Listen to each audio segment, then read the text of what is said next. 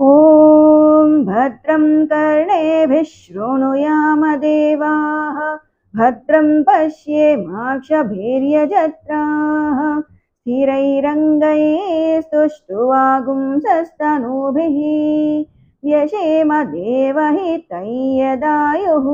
स्वस्ति न इन्द्रो वृद्धश्रवाः स्वस्ति नः पूषा विश्ववेदाः स्वस्ति नस्तार्क्ष्यो अरिष्टनेमिः स्वस्ति नो बृहस्पतिर्दधातु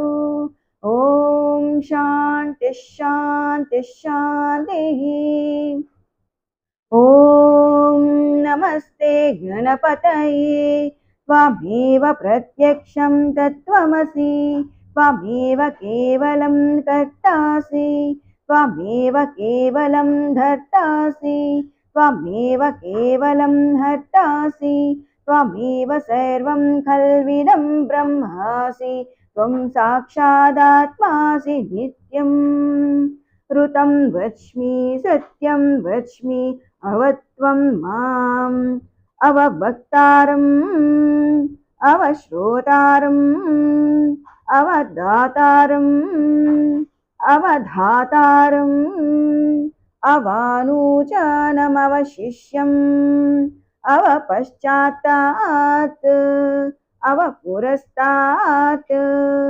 अवोत्तरात् अवदक्षिणात्तात् अवचोर्ध्वात्तात्